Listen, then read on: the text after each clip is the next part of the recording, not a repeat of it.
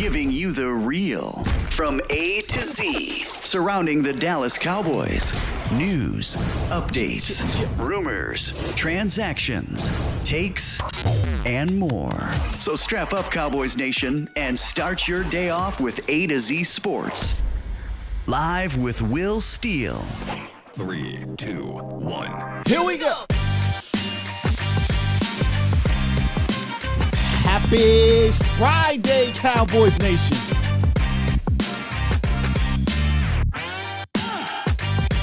Finally feels like a feel-good Friday.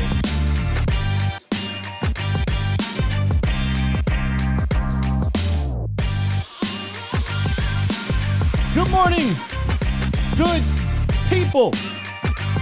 Welcome to A to Z Sports Live, presented by Texas Family Fitness, streaming live on YouTube, Facebook, and Twitter. I am your host, Will Skywalker Steele. It is indeed, Ian, a feel-good Friday. Not because of anything about a game or anything of that nature, but because the Dallas Cowboys, you know what? I'll let our guy, Dan Quinn, tell him himself. Cowboys, I'm back!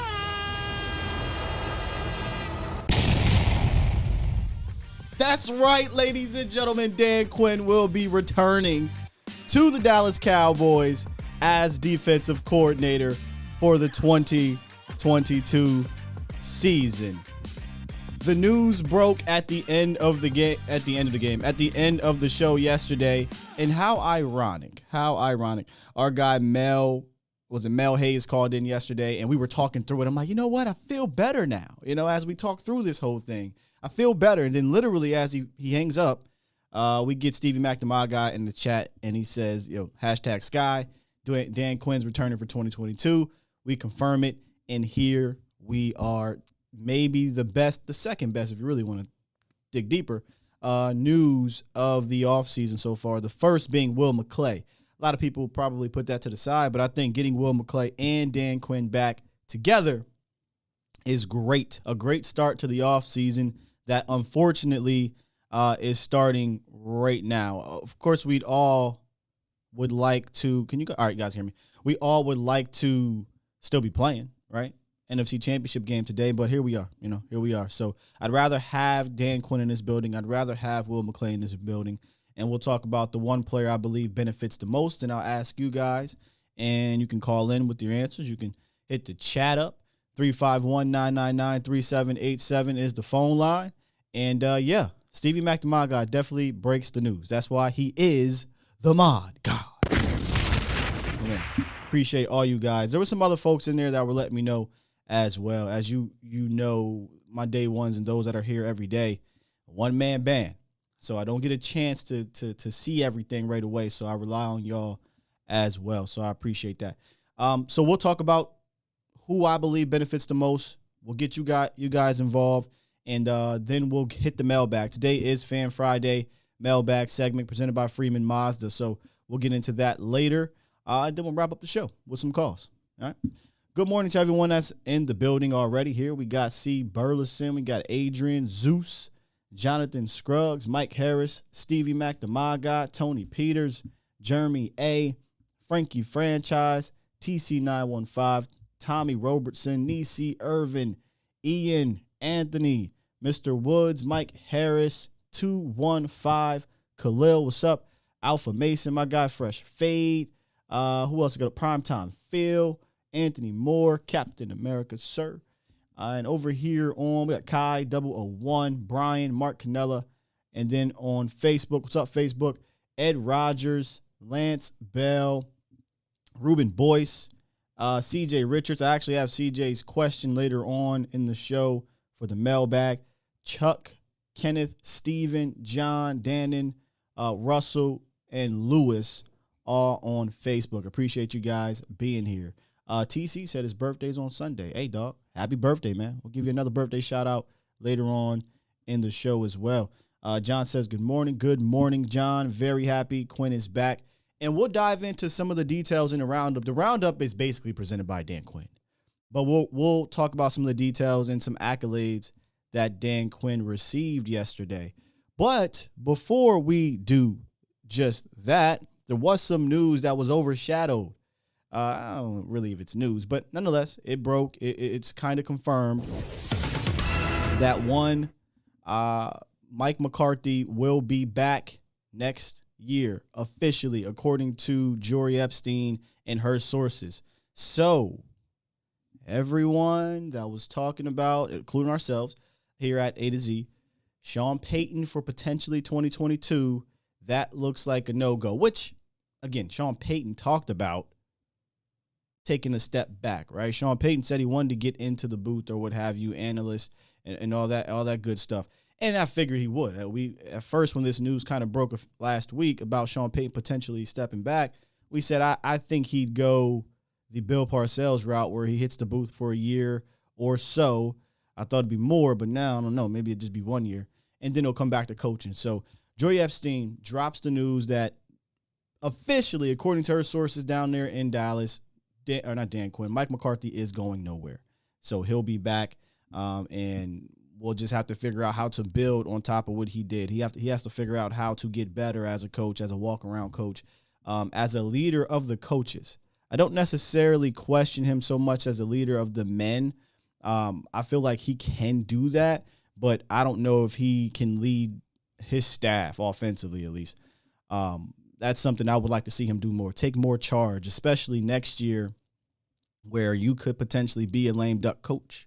So if you see Kellen kind of getting out of hand, you got to wrap him in, right? You got to reel him in, coach him up. I don't care if you've been unsullied, as my guy Law would say. You better go find some, you know what? Let me not get too graphic. I don't want to get too graphic, but you better find some if you want to keep your job.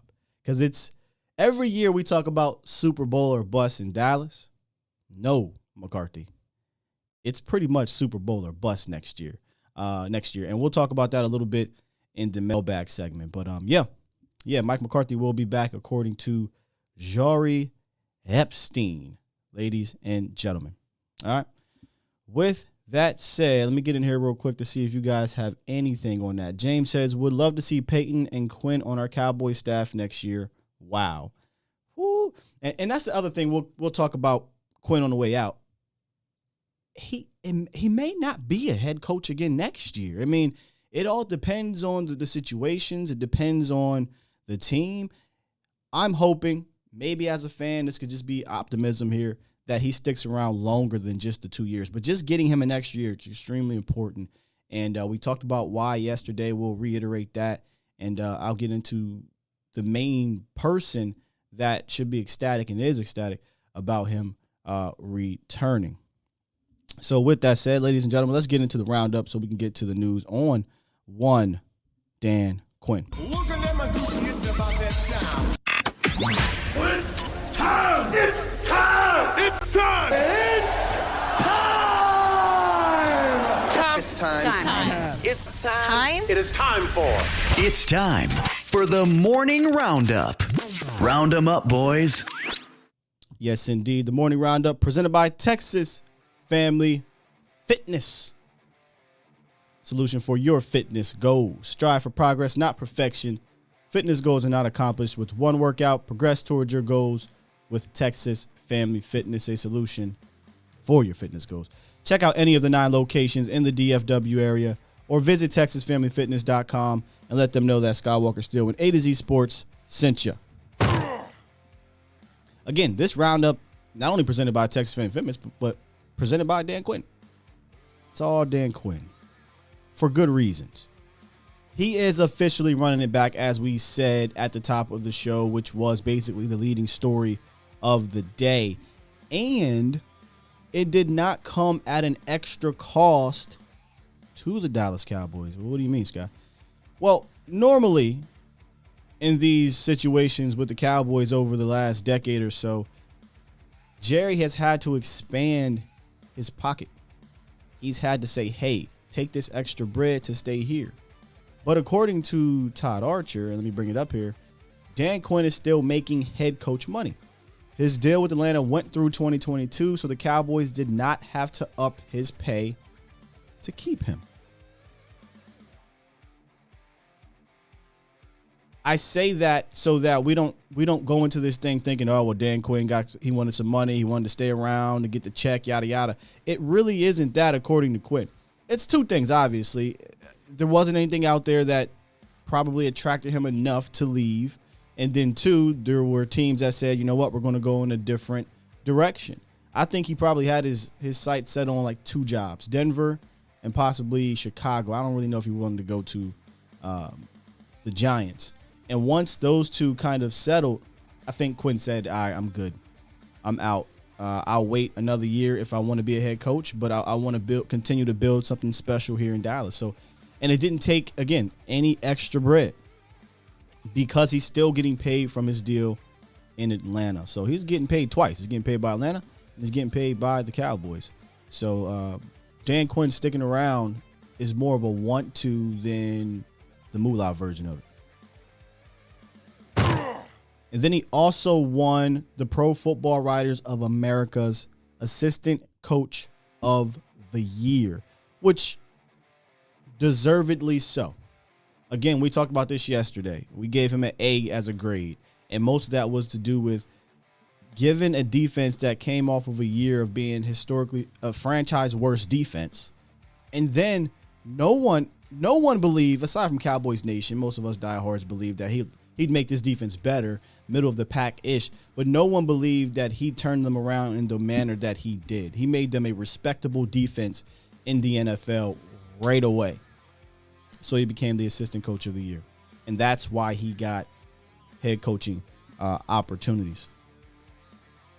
So before we get into who benefits the most from Quinn's return, I have one just quick question, or not even question. Give me one word that describes Dan Quinn's return to Dallas. One word that describes Dan Quinn's return to Dallas. My word is a fairly simple word.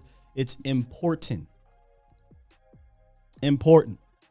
We talked about it. There was two guys that didn't want to leave the building. The second one was Joe Witt Jr. First one was Dan Quinn. So if you have the potential to get both of those guys back, major W.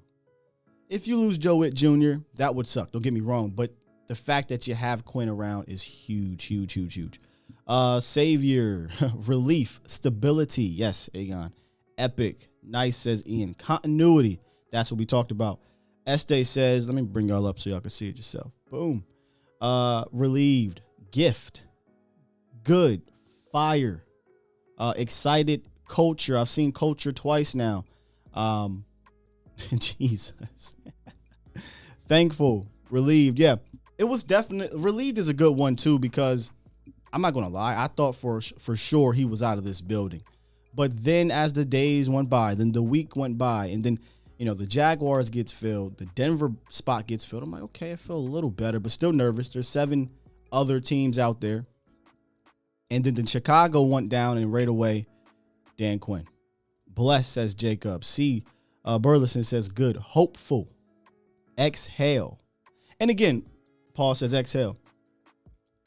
I'm not saying Dan Quinn is going to make this defense some all-time great defense, or this is the reason why we're going to win a Super Bowl or anything like that. Just getting continuity, right? We talked about this before. Getting continuity from this position is extremely important, especially when you have a team that has a lot of young, good quality players that need to be coached up by good coaches and need to build off on top of a good season.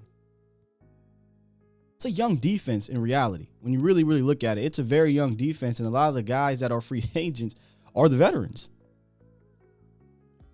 Most of them won't be back. Hopefully we get a few, but getting this man back is just massive, massive and major. And now we move on to who I believe benefits the most from Quinn's return, and it is one Micah Parsons. And I'm going to let Micah Parsons describe his end of the year. It wasn't even an end of the year presser. It was his press conference after the game, I believe, against the 49ers. Listen to what Micah had to say about Dan Quinn in the first word.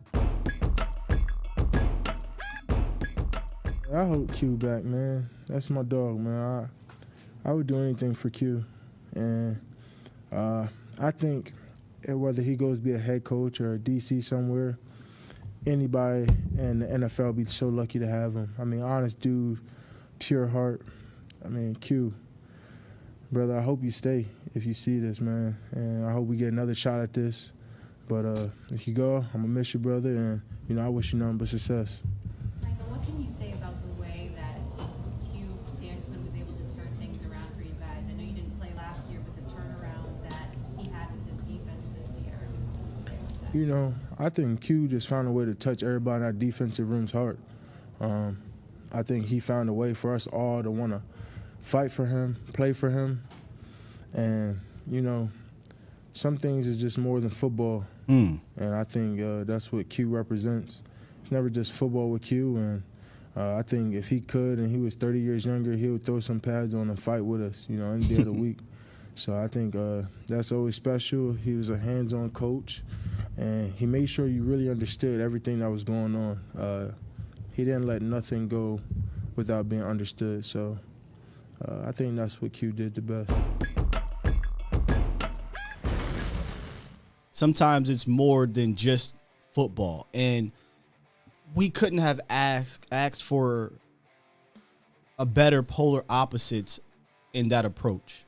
In 2020, Mike Nolan couldn't touch anybody on that defense side of the ball. No one wanted to play for him. No one liked him.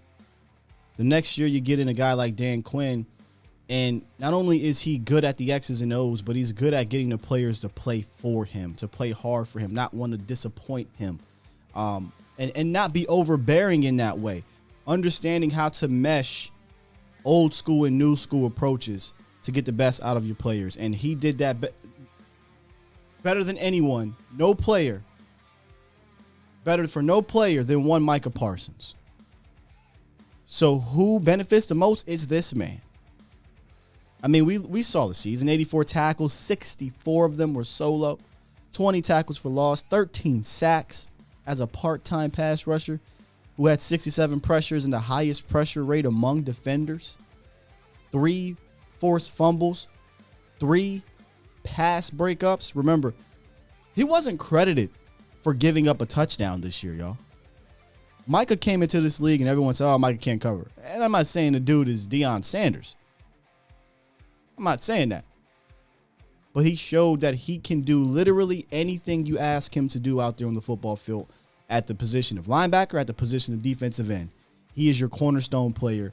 And to get the guy back that I thought played the most important, integral part in his development this year is massive, because you're going to build your defense around Micah Parsons. And what was the number one thing we said about the guy that has to come in 2022 if Dan Quinn was out?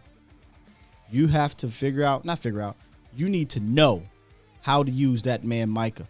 Don't box him in a corner. Don't put him in one position. Allow him to be a linebacker.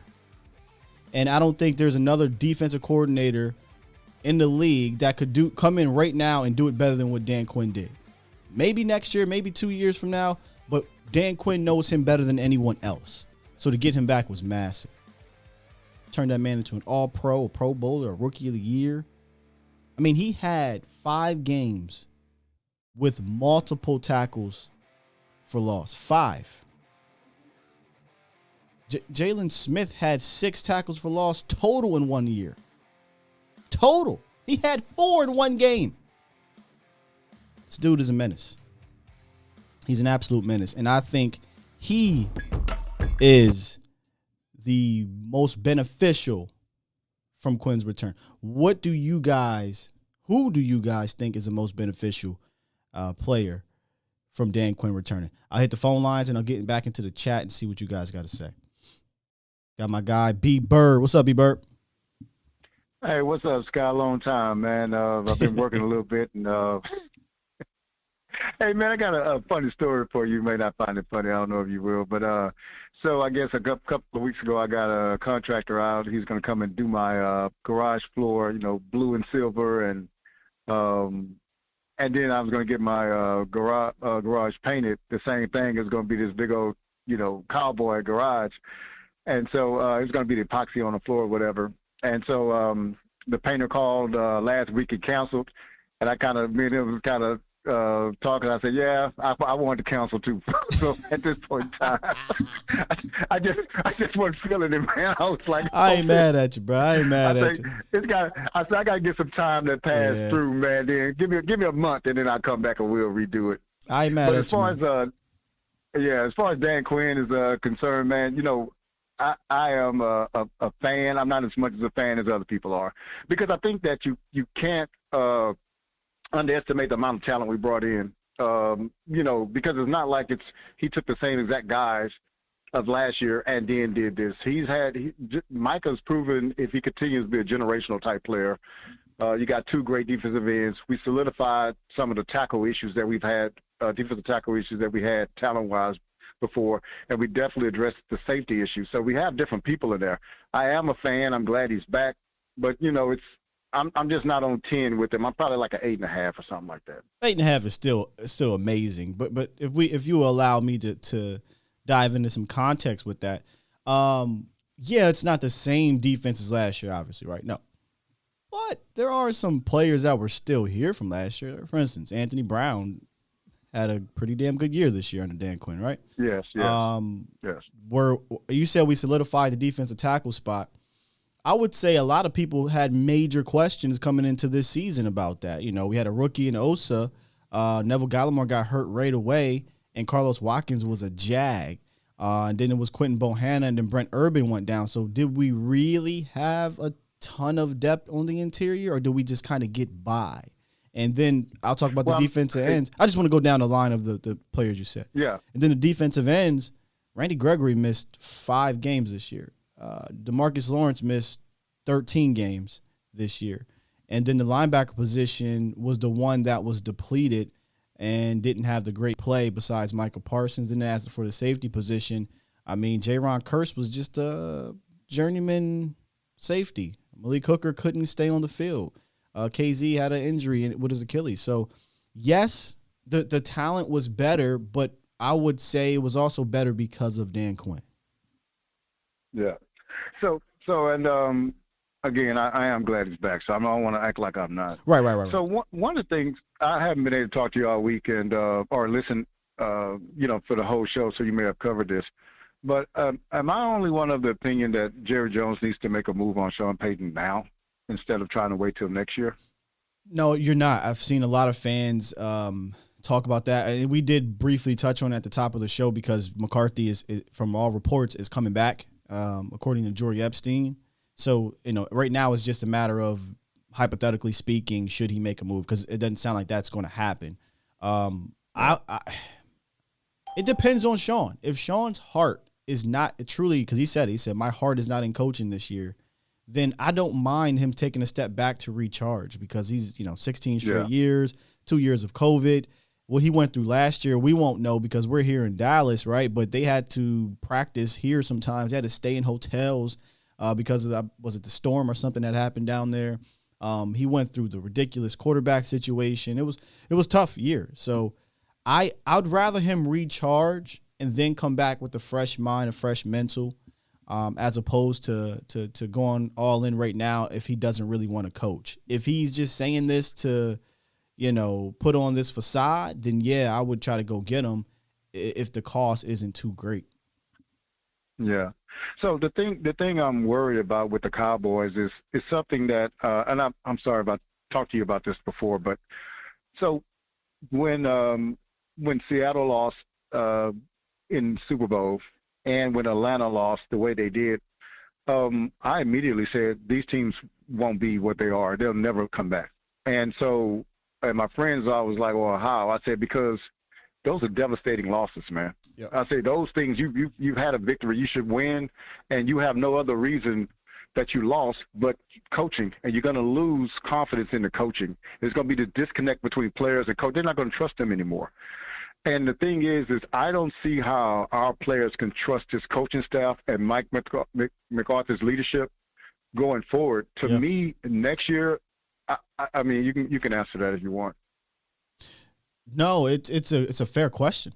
It's a very fair question based off of the end of the year presser. Now, we're looking at it from our point of view, right? So it's a fair question right this moment. once the dust settles, once you get into who gets re-signed and things like that, once you start to get the draft going, we're talking about months removed from that press conference. And we get to mini camp, and then we get to rookie camp, and then mini camp. There's a very high probability that press conference will be forgotten. He'll be able to galvanize these guys again, et cetera, et cetera. Because I don't think McCarthy is a bad guy as opposed to rallying his players. I feel like he's a player's coach. All the guys love Mike McCarthy, but that press conference left a bad taste in our mouth, right? And if we had to go out and play a game the next week, that's why we talked about this last week. If we had to go out and play a game the next week, I'd feel like, hey, man, do they feel some type of way? Are they going to go out there and play for Mike McCarthy after that press conference? But once the dust settles, time heals all. Well, the thing is that with the thing that he said in the press conference as far as the nervousness, one of the things I attributed that to is I don't know how you can't say that most of that was on Dak. Like, I think if your quarterback's is loose, ready to go, I think the team's going to reflect that. But I think that's a lot to do with Dak Prescott. You wouldn't put that on the coaches? No, I'm not saying. I'm saying when he said it. When he said, I detected my players being nervous, right? I'm saying his detection was that the body language that he was getting from his leaders was they wasn't calm, cool, and collective and loose. And I'm saying that it's Mike McCarthy's responsibility to handle that. We talked about that. But I'm saying when he looks at it, he's looking at it from a standpoint of, man, my leaders are nervous. They're not really loose. But I'm going back to that is that you got to have confidence in your game plan, confidence in what you're going to do out there. And I don't think Dak Prescott had that going out there. And I think the team reflected What about that. then who on the defense was nervous then? Because the defense is the one that went out there first and got ran down. Well, I'm not saying – okay, so what I'm saying is this. The tenor of your team – okay, so why last year did Tampa Bay do better, you think? You think it was just a quarterback, or you think that Tampa Bay did good last year because of their confidence in the leadership as far as quarterback? The coaches stayed the same. Now, the quarterback changed, and he brought something to that team. I'm not saying that Dak Prescott can't do that, but I'm saying that he did not do that at this point in time. But it's not really on him. I take him for his word. He said my players were nervous. I think it was. Yeah. I take him for his word. I think they probably were, but it's your job to make them not be nervous. I wouldn't single it down to one player. I mean, the defense was the first unit out there, and they looked absolutely terrible. So I guess all those guys are nervous. And the offense comes out there and is incomplete, 3-yard loss, sack. I mean, so I think both sides of the ball there were nervous, but I wouldn't pin it on the players get responsibility for being nervous too, but then you look at the leadership. Yeah. Why are they nervous?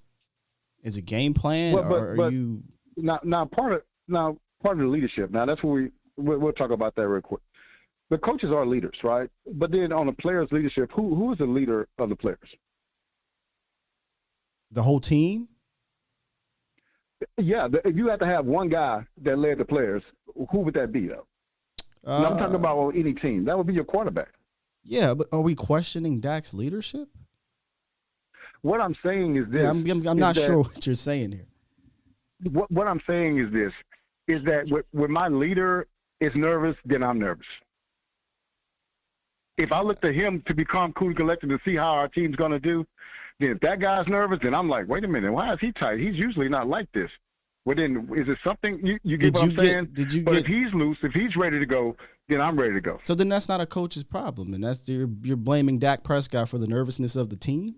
If you're assuming this is allegedly, you're allegedly saying Dak Prescott was the nervous one, and that's what Mike McCarthy was talking about. I think so. Okay. Yeah, I think it was him, but then the rest of the team also. But what I'm saying I don't know what Dak Prescott being nervous would have to do with your defense getting absolutely obliterated on drive one, or your offensive line getting taken over, or you can't block for a 3-yard loss. Yeah, him, I guess, throwing an incomplete pass, but I mean, based off of the first two possessions from offense and the defense, I don't know how we're like, yeah, that's Dak's fault because you were nervous. So let me say this. I have become a Dak fan, and I'll say this. But to me, what I've seen last year with the Cowboys is they're front runners. And as an athlete, I don't like front runners. And what I mean by that is this: I was a big Steph Curry fan, but when I was not a Steph Curry, I mean when I kind of stailed on him when they won the championship and he didn't win MVP. It's like, dude, these are the biggest moments. I need my leaders to step up in the biggest moments, not the small moments, not when you're playing against Philadelphia, not you playing against New York, because you know you can beat them. That's bully ball. I mean, you're really being a bully. Bully the bullies is what Michael Parsons said. But what I'm trying to say here is that we are front runners. Do you remember that Washington? I don't disagree with that. I mean, I don't think anybody would disagree with you that the Cowboys have been front runners. They were 1-4 against teams that won 10 games. So, yeah, I think we all would agree with that. We have to step up. The one game that shows me that we're front runners is this: we're playing Washington at home. We go 1-2-3 first down, 1-2-3 punt. It's quiet in there. Dak comes off the field dejected. Washington gets the ball, throw a bomb. Diggs catches the ball. The crowd goes crazy. We come back in, march down the field, score, and it's all about you know what I'm saying? So now we blow them out. But why we didn't do that from the start? Because we're susceptible to the atmosphere and all those kind of things. The great ones don't even care about the atmosphere, man. They don't care about that. They don't care about who you playing. They don't care about where we playing. Let's go play this game. And so, but I don't like the ones that, okay, who we got this week? Oh, we gonna clown those guys. Yeah, but what about San Francisco? What about Kansas City? What about these bullies out there? Can you beat them? Because those are the guys that you got to beat to move on. And what I'm trying to say is, man, we don't have the mentality right now. We're not mentally tough at all. When we get hit in the face, man, we go somewhere and lay down. And I'll ask you this question, and I'm gonna get off on this because this is something I thought about the other day. So our first goal as a team is to win the NFC East, correct? Yeah. Okay, so this is the problem I think you have, and man, bear with me because I am going back to the 90s on this. So when Jimmy came in, he said that, you know, hey, we got to beat the NFC East. I mean, we got to win our division. So we have to build our team in that fashion.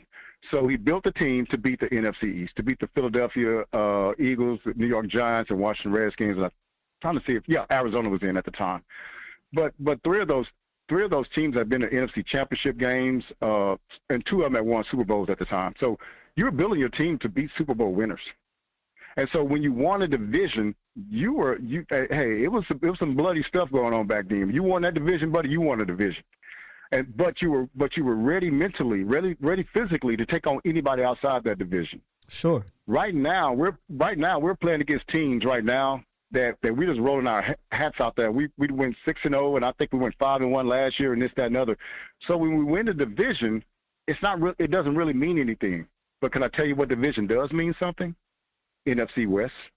But again, I don't think anyone would be disagreeing with that. I don't think anybody was really waving a flag of NFC East champs. We were more so trolling the NFC East fans, but we weren't sitting out here with our chest out like, yeah, we're the NFC East champs. Listen, we understand the NFC East is what it is. You know, we wanted to go prove ourselves. That's why we were dejected when we lost to Arizona. That's why we were dejected when you lose to the 49ers and dejected when you lose to the Chiefs. That's who we really wanted to beat. We knew we could beat the NFC East, right? We knew that. So, nobody's waving the NFC East championship flag. This is what I'm saying. We have to change our sights now. We have to build our teams to beat the San Francisco's, the Rams, the Green Bay Packers. We can't build our team to win 12 because we can do that. Look at the schedule next year. We're capable of winning 11 games right now. I'm gonna be honest with you. I don't think they're doing that. I don't think they're doing that. I don't think Will McClay is drafting to beat teams in the NFC East. I think Will McClay is drafting to put together the best team possible. And I'm using the word draft because we don't go out in free agency and sign players to put you over the hump. So I don't think that's what they're doing, especially in the NFC East team or NFC East division that hasn't been stable like that. I get the thinking of we gotta prepare your team to beat a division if you're in an NFC West, if you're in a division with Patrick Mahomes, or if you're in a division with Aaron Rodgers. You're not in that kind of division anymore. So I think Will McClay is just putting together quality teams based off of how that leadership wants it to be built. Jason Garrett wanted offensive line. He put together an offensive line and a running game type of team. Looks like right now it's more of a passing type of team with the Gallups and the Coopers and the Lambs and what have you, and the explosive weapons and the Pollards and whatnot. So I think it's not like that anymore, not in the East at least. So I don't think we're building a team to win a division that hasn't had a division winner in back-to-back years in like 20 years. But so, and I'll let you go on this one, man. So, but the thing is that I think what we're doing, we're building a finesse team. And in building a finesse team, you're never going to have a tough team. You're never going to have you need to have a power running game and start building it that way to get that mental toughness, man. I think, to me, man, we look soft that last game, to be totally honest with you. We look mentally soft, and we look soft on the field. We look scared of the moment. And then when I heard McCarthy say that. Where does that start with? That starts with the coach. Okay. That's what we're coming all back to here. Like leadership. But I said within the coaching ranks, in the front office ranks, is who I question more, in my opinion. And that's why I was saying that my first thing was we need to go get Sean Payton. Now, to me, next year, I don't think fans will even get excited until we get to the playoffs. And that's you got to sell players hope, but also us hope. And right now, man, I don't. We go 12-5. I'm like, okay, so what?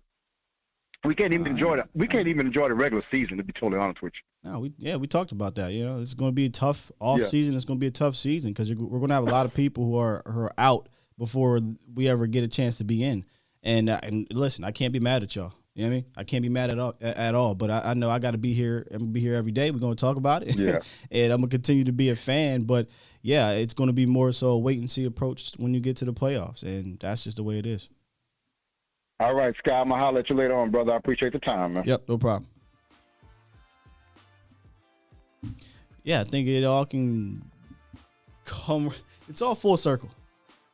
We did all that, and it came right back to the coaching aspect of the situation. I mean, when you lose constantly against some of the better teams, you go 1 for 5 or whatever it is. 1 game, 2 game, 5 times, and they're mostly close games for the most part. My guy Jesse said it best. As a coach, you got to at least win me 1 or 2 games. And I talked about it before. We are front runners. Flat out. We're definitely front runners until proven otherwise. But you're going to get into fights, get into dog fights, back alley fights, tough games with teams that can match your talent. When teams match your talent, that's where coaching comes in. Seriously.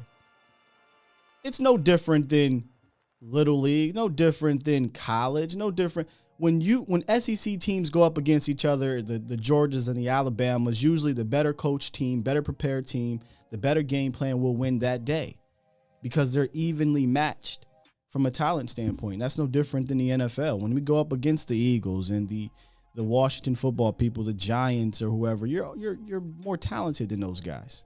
Your talent alone will win that game.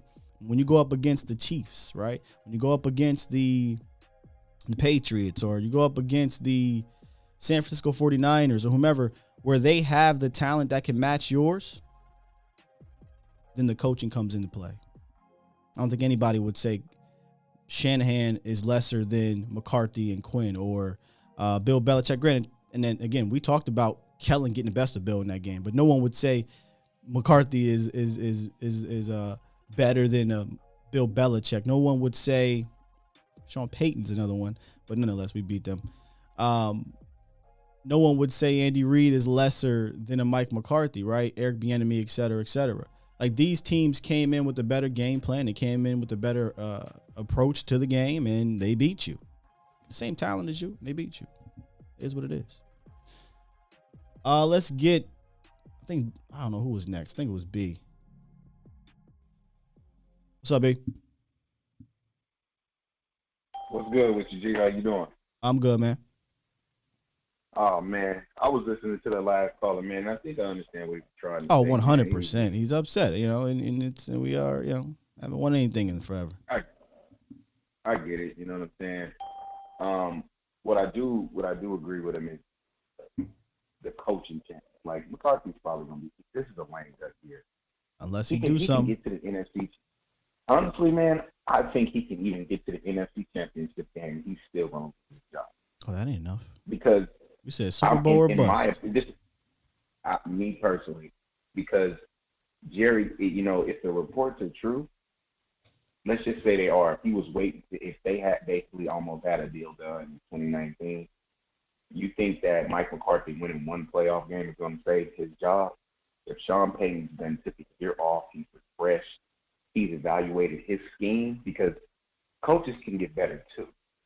And taking a year off away from the game, and a guy like Sean Payton, he's going to sit back and he's going to evaluate his scheme. He's going to see where the league is going, see how he can get better. The same way DQ did. He evaluated his scheme. He removed what did not work from his scheme. And that made him a better coach.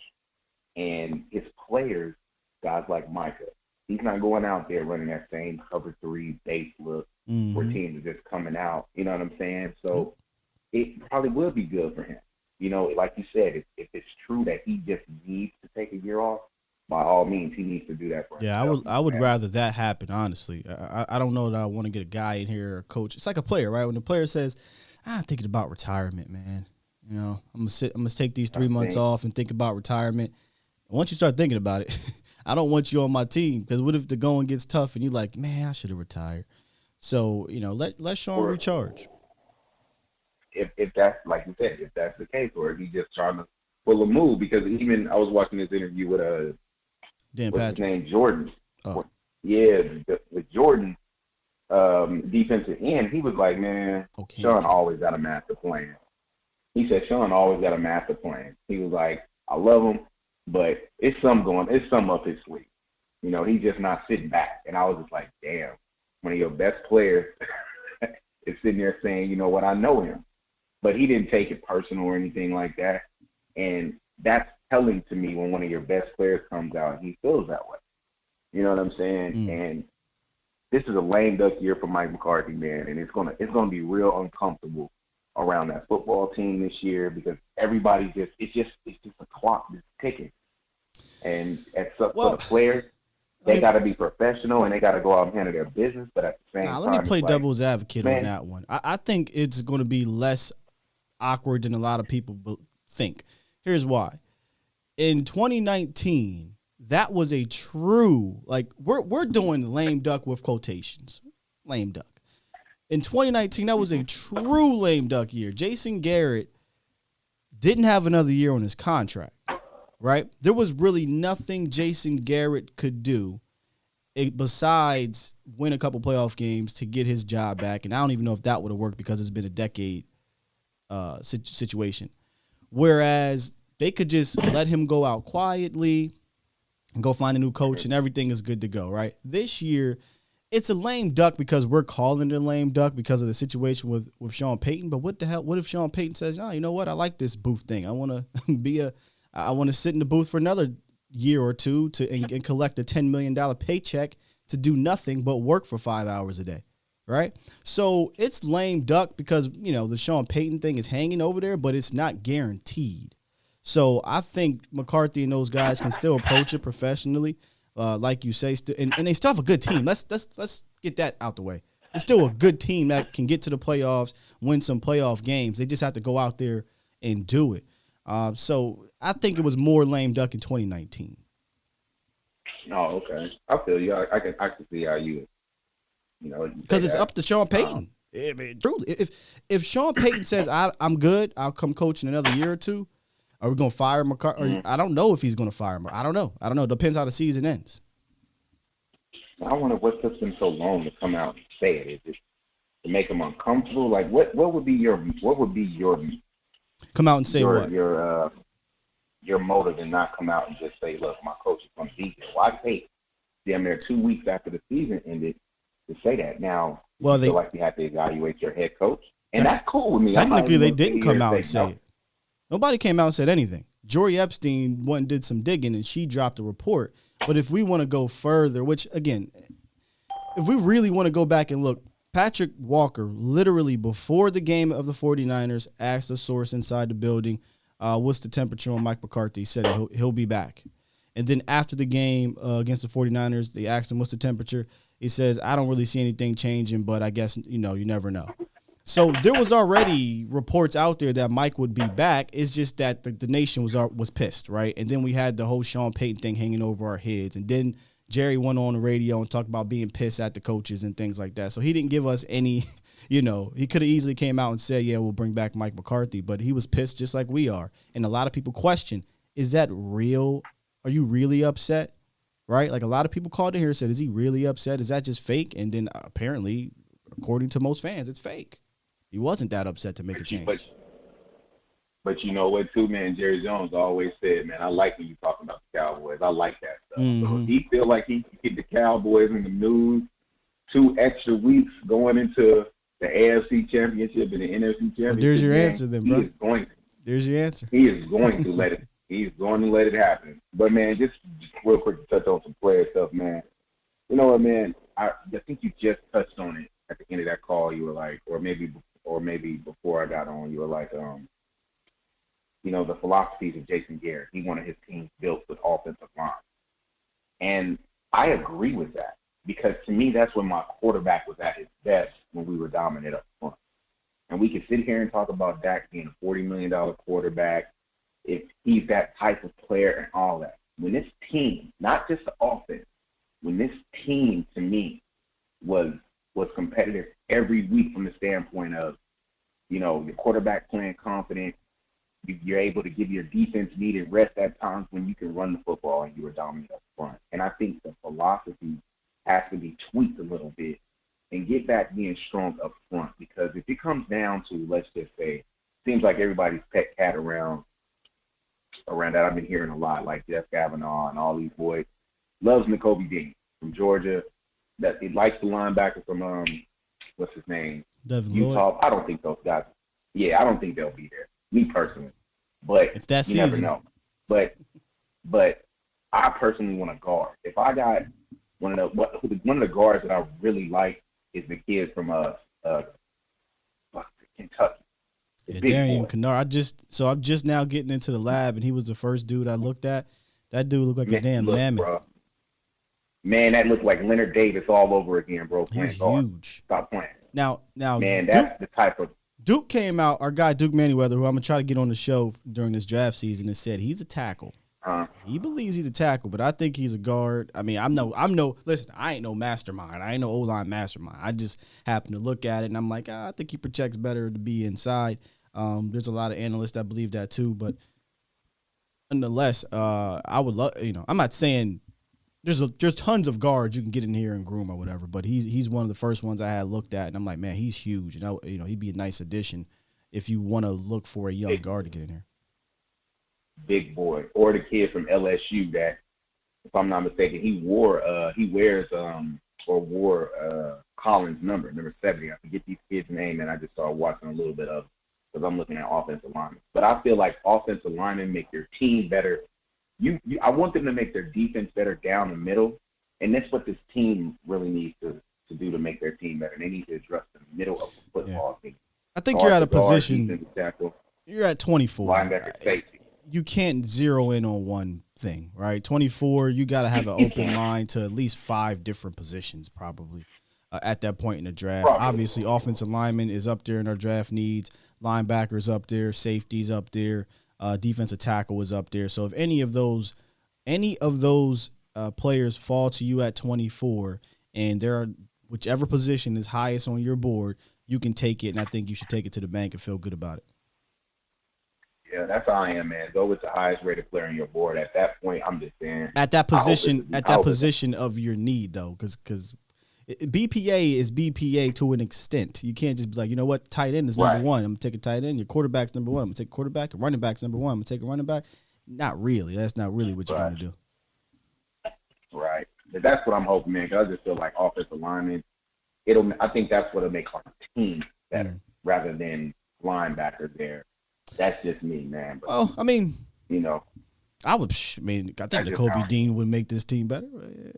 Shit, you give me N'Kobe. I mean, I think, yeah. I mean, don't get me wrong. It would be nice and then allow Michael Parsons to do more of what he does, which is rush the passer. Is there more opportunities to rush the passer? But what do you think helps us in that San Francisco game? running the ball, or another off ball, or another linebacker? I think both. They ran it for 169 Both. yards on us. so if you cut They that ran down for to another- 91 because you got a stud linebacker, you probably have a chance to win that game too. But I think you don't think your quarterback plays better if you run for 100 yards. But I don't think the running had We anything already- to do with the line. I think it mostly had to do with the game plan. Seriously, you could have ran the ball on them. They just refused to try to do it with any urgency or creativity. Do you think it's because they're not confident in the guys up front, or you just think it's Kellen Moore? And if you say Kellen Moore, I'm gonna get off the phone. Why because I wouldn't know you we'll be talking 2 confident? hours. It's definitely why wouldn't you be confident in your starting offensive line that you started the season out with? You finally got them there. It's because Kellen Moore is Kellen Moore. He don't know how to run the rock appropriately. And if his nuts got snipped, then he needed to disregard whatever they said at the top and said, I'm going to do what I got to do to win. He didn't. You could have ran the ball efficiently in that game. But that's a Mike McCarthy thing too, man. Because I'm tired of this. Whoever installed it called this mess. Man, he was freaking head coach. You're supposed to oversee special teams, defense, and offense. And if you go to you're sitting in the install meetings. Let's not make it seem like Kellen Moore is just there and he's not calling anything. Yeah, Mike McCarthy's background, his offense, and he called the plays, but I guarantee just like Sean Payton, his offensive coordinator is Carmichael over there, and in the Saints, he's installing the game plan, Carmichael, but Sean Payton is calling it because he's aware of what's going on. He's sitting. Well, I don't know. I would have to do some research on that, but I find it hard to believe that Sean Payton doesn't have majority say in game plan and play calling. Yeah, I'm just saying as far as install. That's what I'm saying. I'm saying some of these dudes are just OC by name because you have the NFL makes you do that. For instance, Mike McDaniels, I believe, is technically their offensive coordinator. Mike McDaniels only deals with their run game. He's their run game coordinator, but he's not their entire offensive coordinator. He doesn't call plays. He doesn't install the game plan. He just focuses on the run game part of it. So I don't know what it's like over there in New Orleans, but the way it sounded to me from Mike McCarthy in that press conference, again, I don't have any inside knowledge, but the way it sounded to me was that Mike McCarthy is hands off. Kellen Moore, do your thing. I'm in the meetings. I'm listening. I'm shaking my head. Yeah. Well, what about this? But it sounds like who installs it, calls it. That's what he said out of his mouth. And I'm with you. That's kind of whack to me. That's kind of beta to me. To me, that's scapegoatish. Yeah. You see something's not working, step up. You're the leader. You're the coach. That's why I said at the beginning of this, I don't know if he can galvanize this staff the way he can with the players. Exactly why he had to go this year. Because of stuff like that. That's why I would have wanted him to go. Yeah, I'm all for getting Sean Payton. You know what I'm saying? And even if it was DQ, I think DQ, who was DQ's coordinator? Kyle Shanahan. Why did he say he liked him? He said because of the things that he can do in the running game that helps out a defense. When he was talking about playing the Niners in the playoffs, when he did his press conference, he spoke about those same things. And that tells me that he has an understanding of how a coordinator could help his quarterback and his football team as far as an offensive coordinator, and he spoke to those things. Yep. I haven't heard Mike McCarthy say any of those things. It's not to say he doesn't know it, but the way that he coaches and the things that he says in his press conference, it doesn't seem like he is aware of those things to me, from a standpoint of just putting it out there. So, but hey, man, hopefully, you know what, it'll be a good off season, man. We can get some stuff going and heading in the right direction with the Senior Bowl coming up in this East-West Shrine game. Matter of fact, I think the East-West Shrine game is here in Vegas. If I'm not mistaken, it's at Allegiant Stadium. Nice. So that's the first step, man. So I'm going to let you go, man. It's always good to holler at you, bro. All right, B, I appreciate you, man. All right, ladies and gentlemen, let's jump into the mailbag segment. We got to get through that today. Presented by Freeman Mazda. This video is brought to you by Freeman Mazda of Irving, Texas. If you're searching for a new, used, or Mazda-certified pre-owned vehicle in the Dallas-Fort Worth area, why not shop at Freeman Mazda? Freeman Mazda of Irving, Texas has been a family-owned and operated business for over 60 years. They have new inventory arriving daily, especially for the new 2021 and 2022 Mazda CX-5. So stop by Freeman Mazda in Irving, Texas today, or visit Freeman Mazda.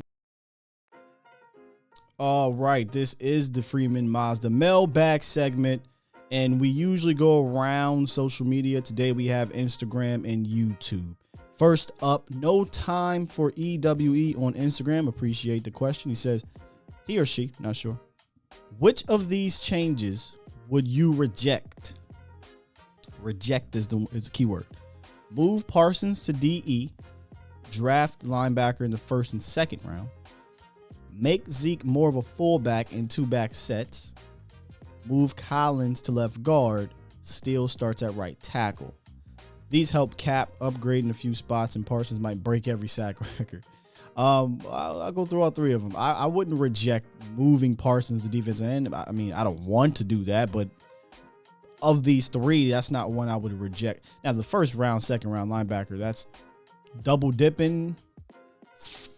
I'd have to see who we get, but nonetheless, I'm okay with if they did that.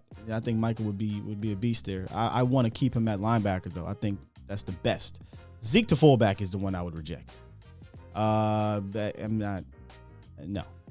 putting Zeke at fullback. Like, I understand our disdain for Zeke, but he still can be an asset to you as a regular running back. Now, two-back sets is different. I would utilize a two-back set. You can use 21 personnel without him having to be a lead fullback.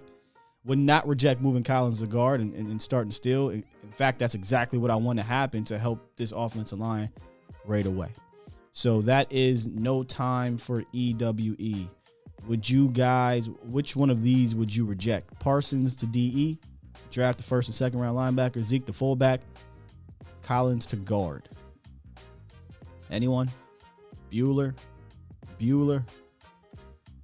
Me, I would reject the Zeke to fullback. Special K says, I don't understand why Kellen didn't run that split back set. And that's what I mean, Special K, when I was talking to B. Where he posed a good question, would you rather have another dynamic linebacker in that game or an offensive lineman? I say both help you. If you get a dynamic linebacker, maybe you cut their rushing down to 91 yards and you have a chance. You get obviously a lineman that helps in the run game too, but I think the run game was thwarted in that game, Special K, because of the way we planned it. We didn't do anything that was successful in the run game all year. We just ran up the middle. Once we did get to the outside, those things worked. Once you did get into a rhythm and do different things with Tony Pollard, those things worked on one drive. Got under center, those things worked. Lance says Parsons to defensive end. Jay says no Micah DE. Eric says Zeke to fullback. Parsons DE is the one most of you guys look like you'd reject. See, of these three, I can't be like, I'm going to reject Parsons DE and be cool with Zeke at fullback. I can't do that. Now, had he presented it differently, maybe I'd be down with y'all. But if it's like, hey, man, either you move Zeke to fullback or Parsons to DE, then we just going to have to move Parsons to DE. Cheeseburger on Instagram says, if McCarthy takes us to the Super Bowl next year, now this is what we were talking about a little bit earlier, but we lose and Sean Payton becomes available for a head coach job, do we keep McCarthy or replace Payton? That's a very good question. I think they would move on. As hard as that would probably be for them, because that's the most success any coach would have had in Dallas since 1995, and really that was another coach's success. I think they would. I think Sean Payton is the one that got away. Sean Payton is the one that Jerry Jones would move mountains for if he really wanted him at that moment. So I'm going to go with Cheeseburger. I'm going to say yes. I think they would replace him with Sean Payton if that happens. Special K says we still move on. Big Gooch says keep him. Lance says, man, regardless, hire Sean Payton. Yeah, I think I'm with the move on. And that's tough, right? Because Cowboys Nation getting to the Super Bowl will be the second best outcome that we could think of. And McCarthy would have helped lead you there. I guess we can add context to it. How did you lose the Super Bowl? What was the record getting there? What's the temperature around Mike McCarthy during that time? Those things will matter, but I still feel like Sean Payton is the one that Jerry really, really wants. Jay says he doesn't like Sean Payton's price tag now. Let's wait till he's free. So we're talking about 2024, after 2024. So you're looking at 2022, 2023, 3 more years if Sean decides not to step out. So that's a long way to wait. All right, let's jump back into the phone lines and we'll finish up with the final 3 questions from not Facebook, YouTube. All right, let's get Deshaun in the building. What's up, D? What up, man? Me personally, well, I was listening to some of the other callers, and I get what they're saying about, Dak being nervous and things of that nature. But like what the other caller said, like, I feel like if we get back to, like, running the football and running, like, like having a offense that can run the ball, it makes the quarterback life easier. Absolutely. Thank you. Identity, a scheme, something that makes things easier. So I remember the other caller, he was talking, he was like, well, we're front runners. I agree, we're front runners. Yeah. But ask me this question. How do you think 49ers got back to the Rams game? How do you think 49ers got back into the Green Bay game? They got back is because they never left their identity. They stick to what they do best. And I feel like the Cowboys haven't done that in years since, 2016, I guess, and that was a great year for us. But, see, we came to now this past happy type person, and that's what Kellen Moore is. Yep. And another thing, I was listening to a podcast yesterday. I was a Space Cowboy. And he was saying, he was like, nobody gets in Dak's face. Name me one time, Scott, Kellen Moore or Mike McCarthy got in Dak's face when Dak made a mistake. I'll wait. They're not going. I personally don't think that Mike McCarthy and Dak have this amazing relationship. I'm not saying it's a bad one, but I don't think I don't think Dak much cares for Mike McCarthy, and that's just me talking. This is not a report. This is just kind of how I see the interactions. I think he's like, yeah, he's cool, but it's not anything that they have this crazy relationship with. Now, Kellen's a different story. I told you I don't like that relationship because neither of those guys can check each other. Dak is not going to check Kellen because that's his friend, and Kellen's not going to check Dak because it's Dak. Like, what are you really going to tell him? What have you done? What can you tell me besides this is the play I called, and so run it? You know what I mean? I don't think there's anybody there where a John Kitna, when he was there, he could do something like that, right? So yeah, there isn't anybody that can have healthy confrontation, in my opinion, in that coaching room. And I told you, I think we need to get somebody in there to help Kellen Moore. If we run this whole entire thing back, to me, it's going to be about the talent overcoming the coaching once again. Yeah, and that you can't win championships that way. Like, some teams can do it, some teams have done it, but that's not easy. Everything has to align perfectly for that to happen. And that's just one thing that's not going to be possible if we can't get everything perfectly aligned. And then this year compared to next year's season, 2022 season, future, like the next upcoming season compared to last season, we have more competition, depending on if Brady and Rodgers come back. But there's going to be more competitive teams. Yeah. I don't see the difference right now. I truly don't. We played the Chiefs, we played the Raiders, we played the Chargers, we played the Patriots, we played the Niners, we played the Cardinals. Those are 6 quality teams the Cowboys played this year. I looked at the schedule for next year. Just off of base, what we know now, there looks to be about 6 quality teams, 6 or 7 quality teams. So it's kind of similar, but I hate to look that far out because teams look different. As you said, there could be no Brady, there could be no Rodgers. So let's wait till we get at least past free agency. Yeah, agree. And me personally, I feel like I said, I think Dan Quinn has 2 people majority. One is Micah and another one is Javon Curse. I said his name right. Javon Curse, here we go. Because I feel like with the Micah situation, he knows how to connect with his players very well, and I feel like Dan Quinn feel like he's so close to getting his defense to where it wants to be. Because me personally, I feel like if we get a defensive tackle, someone that can eat at the blocks, and another person that's with there with Micah, which it can be Jarrell Cox or somebody else in the draft or free agency, depending, that will help like that will help Micah out so much. And like you said earlier, if we can build around Micah and build around our key players, then it helps. The defense can transition from year to year to year. Oh, I think getting him back is so massive because he can continue to build on top of what he's done in his vision.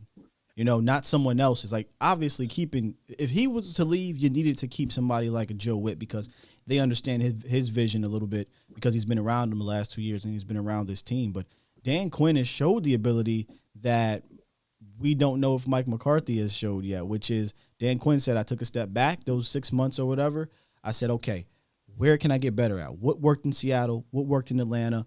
What can work now in this new era of football? And let me tweak some things. And he came back and he got better. We don't know if that's the case with Mike McCarthy because he said, yeah, I was in a bar and I was studying all this stuff.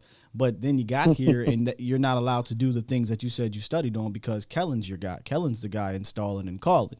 So give me another year of Dan Quinn getting back into the lab with his players that he drafted and then getting guys at the second level, because I think this is going to be very important.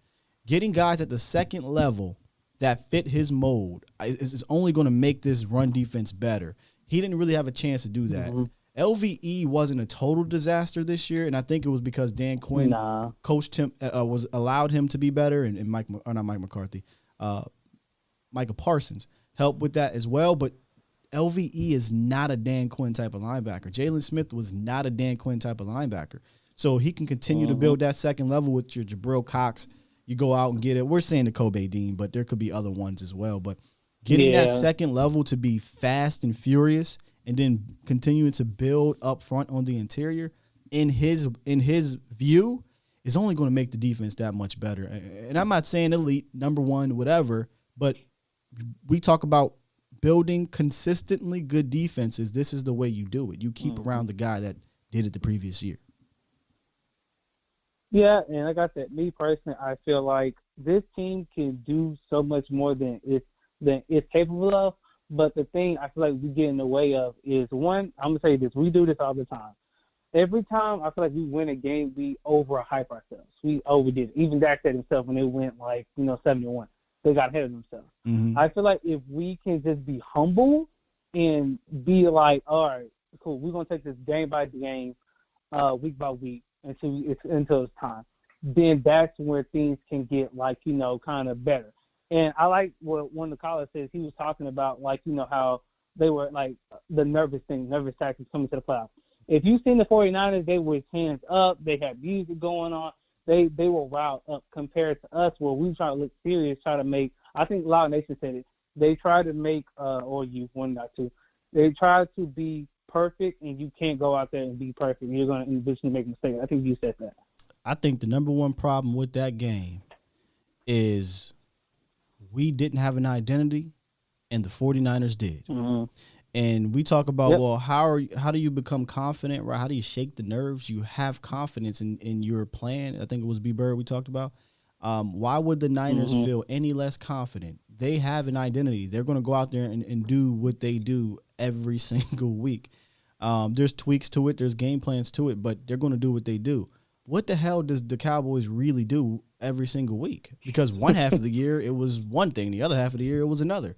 One game, it was blowing teams out 50 points because they were inferior to you. And then the next week against a good team, you come out a shell of yourself. So they lacked an identity, and that's probably why they lacked confidence, or they were nervous, I should say, to begin. And I don't think the coaches did anything to get them out of it. And then obviously, as B. Bird said, the leaders probably didn't either. They didn't. And one of the callers talked about Dak Prescott nervousness. I get it. But let's say if you're a quarterback and your offensive line is not the best, and you're going against one of the best frontiers, are you not gonna be nervous? Are you not gonna be like, oh man, I'm about to take a beating today? This about to be like, you can't. This is not gonna be fun. Yeah, but you can't show it, right? Like you can't. I don't believe he did.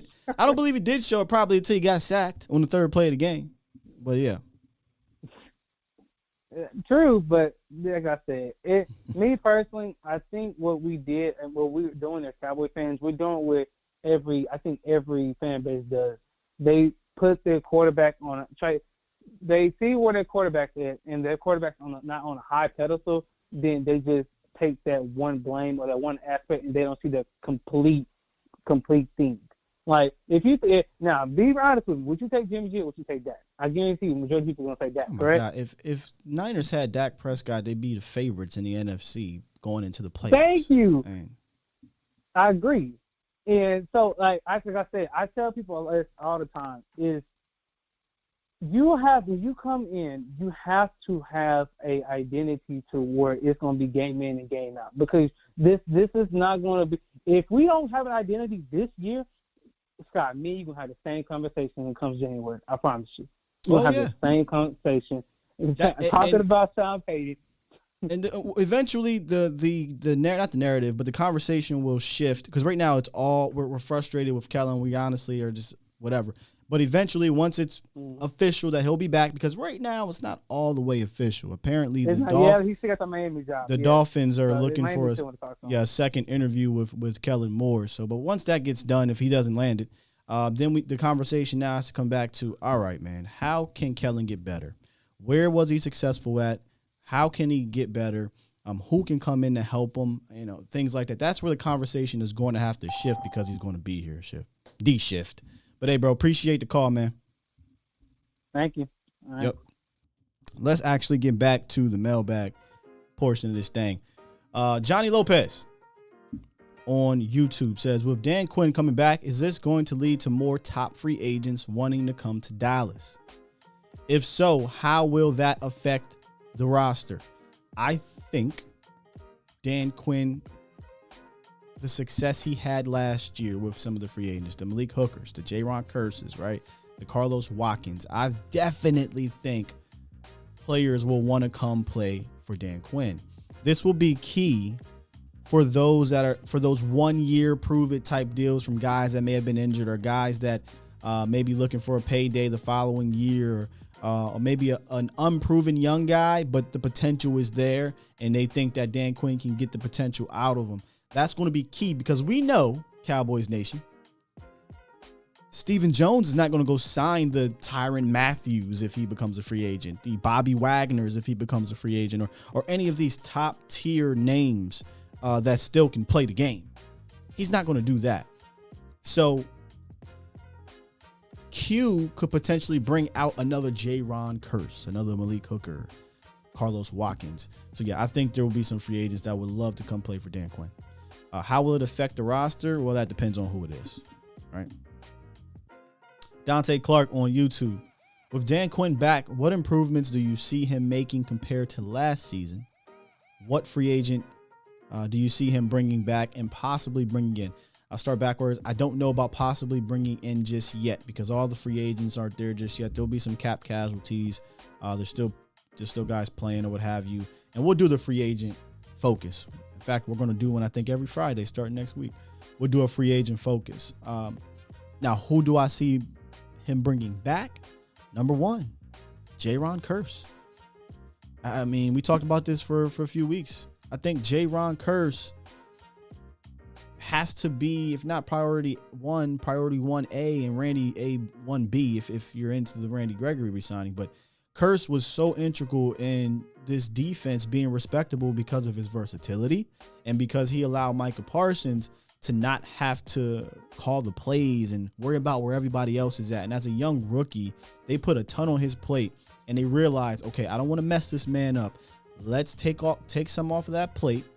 And they gave it to Jaron Curse, and that, I think, transformed the defense a little bit there. So I think Jaron's the guy. What improvements do you see him making compared to last year?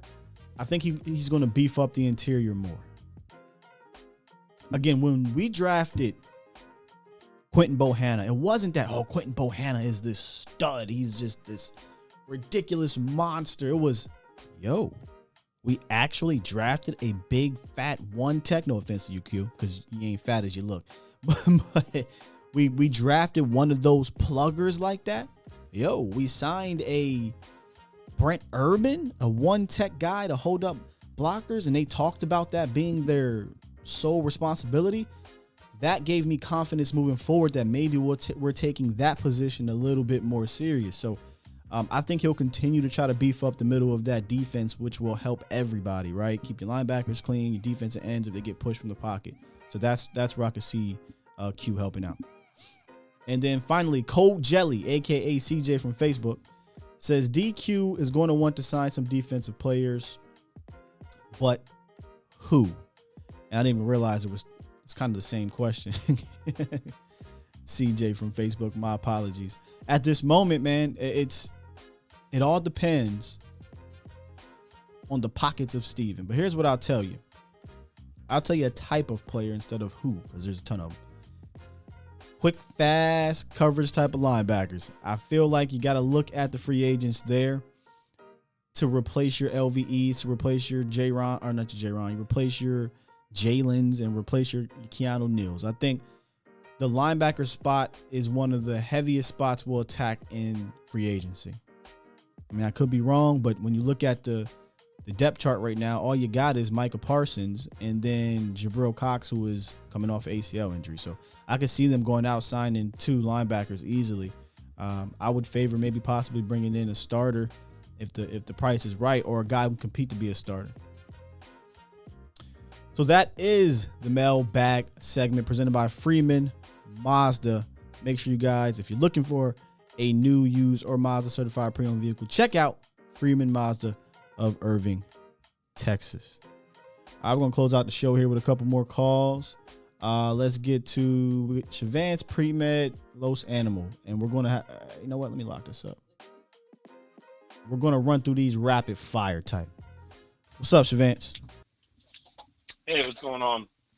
I called in because I saw that the soundbite you played by Micah Parsons, and I had to call because I literally had almost the same exact thought that came out of his mouth. When you were talking about McCarthy being a leader, man, and all that stuff, and how they followed Quinn and everything, I was thinking, like, man, like, I think they kind of need someone like Quinn, someone that will make them believe, like, if he could, he would suit up and go out there with them. And then you played that clip, and I'm like, yeah, that's exactly what Micah Parsons said. And that's exactly why this team responds to him and why he should be the next head coach. But I just want to say, if this was the case, he's coming back and Kellen Moore wasn't, I'd be the most happy person whose team lost in the worst way in the offseason. I would actually be happy. Yeah, I think that'd be a slight victory. So I'm a little. It'd be a little victory if Um, Kellen can get a head coach job. McCarthy comes back. I think a lot of people want to move on from McCarthy, and that's fair.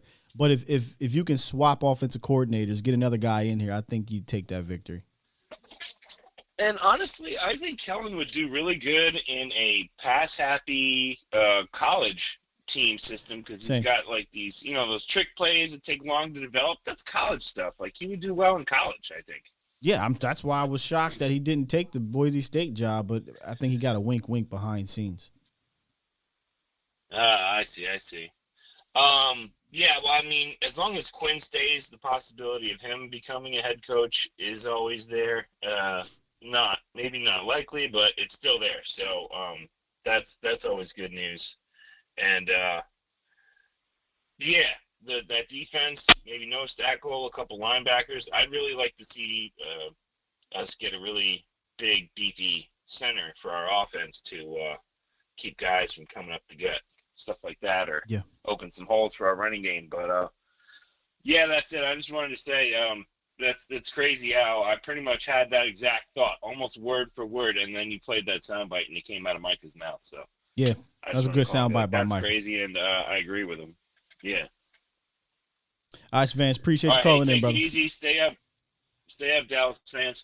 Yes, sir. Let's get Pre-Med in the building. What's up, Pre-Med? What's up? It's been a minute. It has been a minute, man, but you've probably been busy, and then, the Cowboys been busy losing. So, but what's going on with you? Hey, I don't want to say I told you so, but back when we played the Vikings, I told you Mike McCarthy was not doing much. Hey, I'm not even trying to speak too much on it, but when I was back in high school and I played football, our high school was in a 7-year playoff drought. Mm-hmm. We had only 2 games throughout We average like 2 games a season. We get a head coach in that same year we went to the playoffs. Like, I don't really think it's about scheme. Like, you can scheme the mess out of a game, right? But if you don't have the heart and the drive to go out there and play and the motivation, you're going to lose no matter what. Sure. And that's what we saw in the 49ers game. And, look, your leaders, the best teams are player-led teams. But when those players aren't leading, it's your job as a head coach to stand up and motivate everybody to come out and play. Yeah, that's what we're all questioning him because he said he was nervous. And what did you do?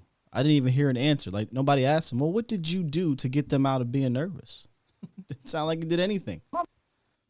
Yeah, like, my point. Like, it's your job, like, to come in halftime and be like, hey, we down, but this is a new quarter. Let's stand up. And we weren't in the locker room. Well, forget that.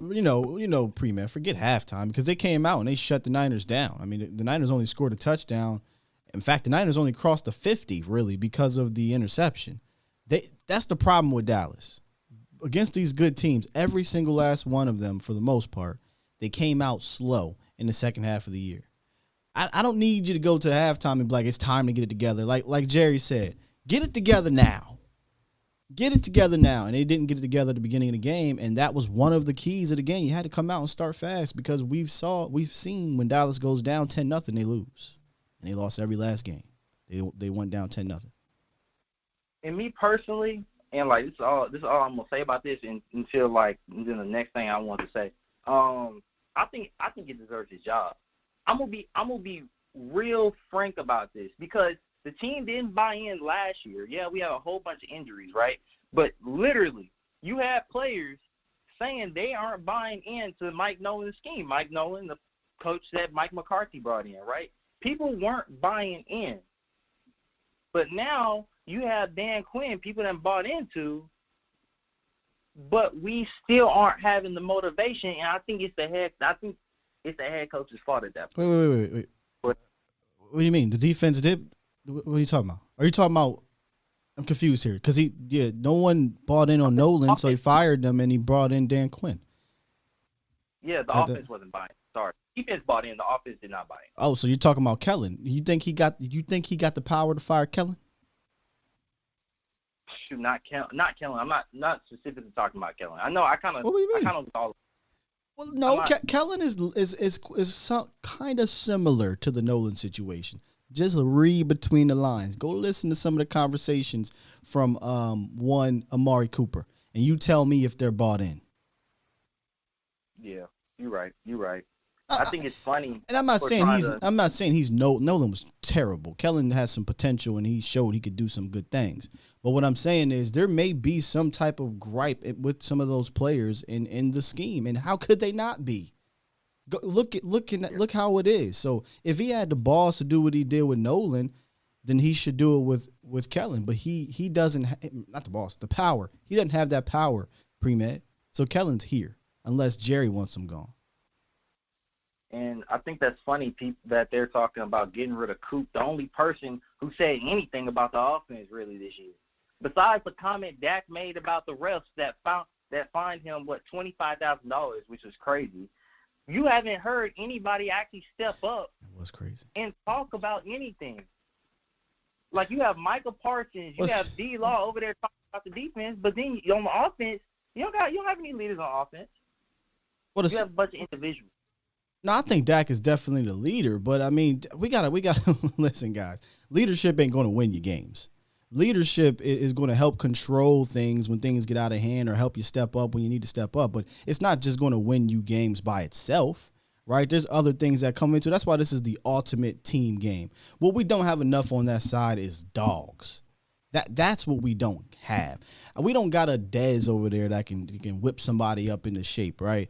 Hell, even we've seen Jason Witten do it. We've seen Witt go to the sideline or in the locker room and galvanize the team or what have you. We don't got some dogs over there. Defensively, we got a ton of those. We got a ton of dogs over there, but we don't have any offensive dogs per se, in my opinion, to do that. And I just want to talk about the draft just a little bit, all right? I don't think O-line is as big an issue as we think. Yeah, okay. The 49ers game looked horrible, right?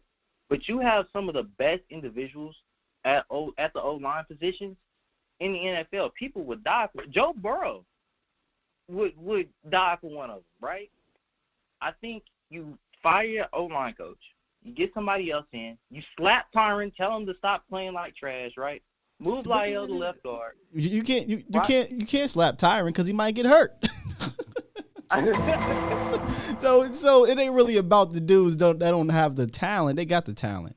Slide Lyle to left guard, bring in Darren Steele at right tackle, and I think you help your line moving forward. But Tyron Smith is a concern. You have to address left tackle. Center, I'm not all the way sold on center. I think that Tyler Biotish got better, but I think you could bring in competition if a certain center falls to you or what have you.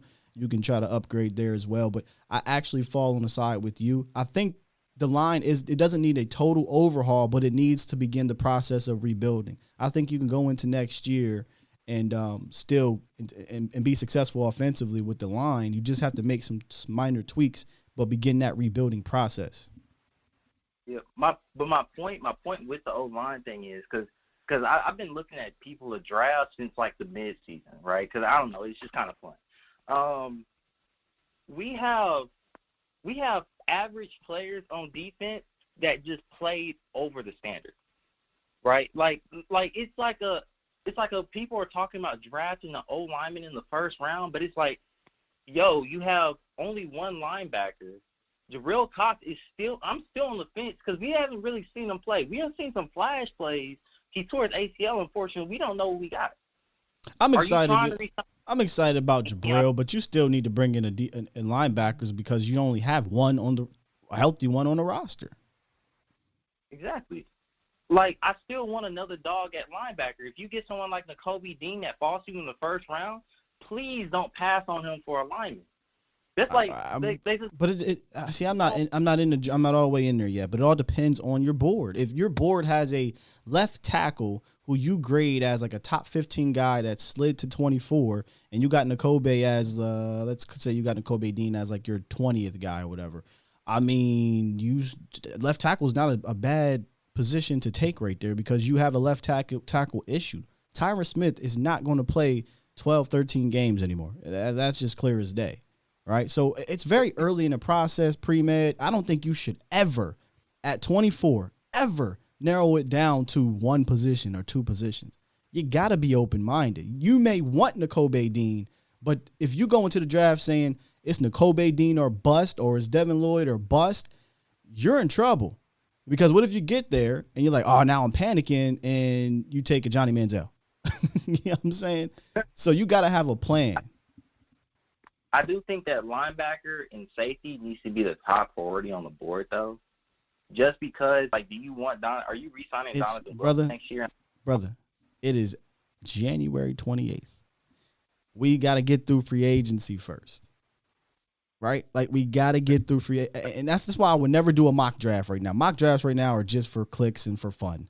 Because you don't know what your team needs until you get through free agency. What if you re-sign J-Ron Kearse and you bring back Malik Hooker or get another quality safety? Hell, what if Dallas goes off the rails and brings in a Jesse Bates? Is safety a need anymore? You're right. You know what I'm saying? So just right now as we speak, yes, defensive back. Yes, offensive lineman interior. Yes, linebacker, all things right now. But realistically speaking, we just won't know until March 28th, right? After free agency or April 1st or whatever it is. So, yeah, you're right. I was just talking off of other people's videos. I wasn't. No, I feel you. And no offense to those people that are doing those mock drafts and things like that. I've always been this way. This ain't nothing new, pre-med. I don't like to do that yet because we don't know what we're going to need. So it's just basically for fun, which that's cool. Have fun doing it. But I usually do these mocks at this stage just to get familiar with the players more than figuring out what Dallas needs. It's very early. Right. Well, thank you, Scott. Yeah, no problem. Yes, sir. Appreciate you, pre-med. All right, man, we got Los Animal and 678. What's up, Los? Good morning, Scott. Good morning. I hope you're doing good. And, man, I'm just celebrating, that because, Dan Quinn's not Dan Quinn. I'm like, what you celebrating, bro? Yeah, so we got to celebrate on that. But let me talk about Dan Quinn real quick and what he has done for this team. So what he has done great is utilizing his pieces at times to their strengths. And as soon as he saw D-Law get hurt and he put Mike on a pass rusher, he saw that, oh, man, I got something here. So he didn't just like, why not use this? He started getting more creative ways to create that pressure inside and out. And he never asked them to do too much. You're going to get beat at times. That's football. However, he did scheme and help his personnel cover their weaknesses at times. And he can't do it all the time.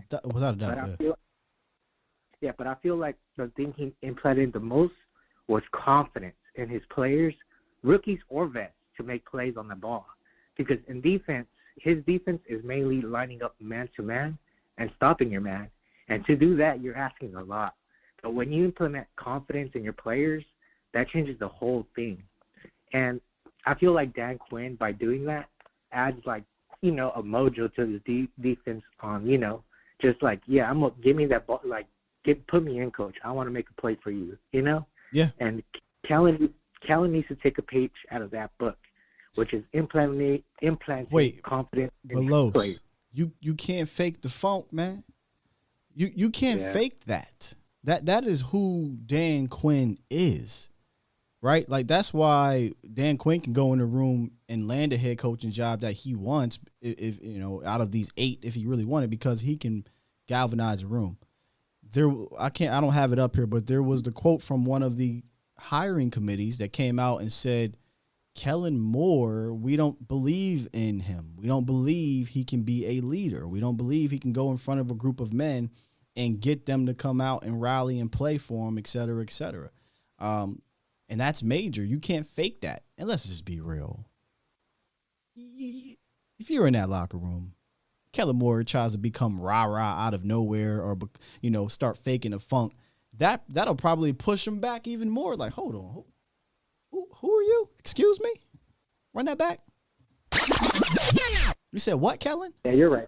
So Kellen just got to be Kellen, and that's, be that pizza boy, right? Be that wizard of X's and O's, but just learn how to do it in a better way. I don't need you to be fake, Kellen. I just need you to be better.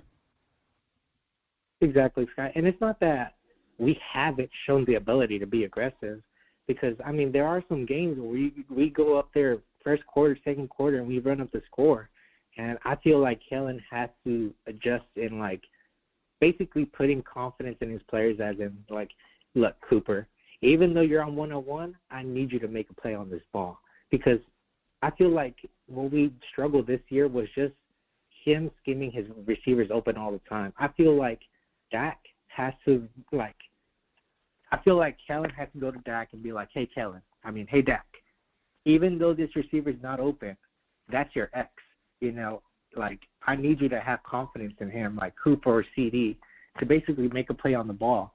And I feel like Kellen and Dak are just not on the same page. They're just yes, they are. They're absolutely on the same page, Los. You can't see it. You can't see it. That's what I'm saying. Playing the safe side. That is the damn problem, is that they're on the same page. That is the problem.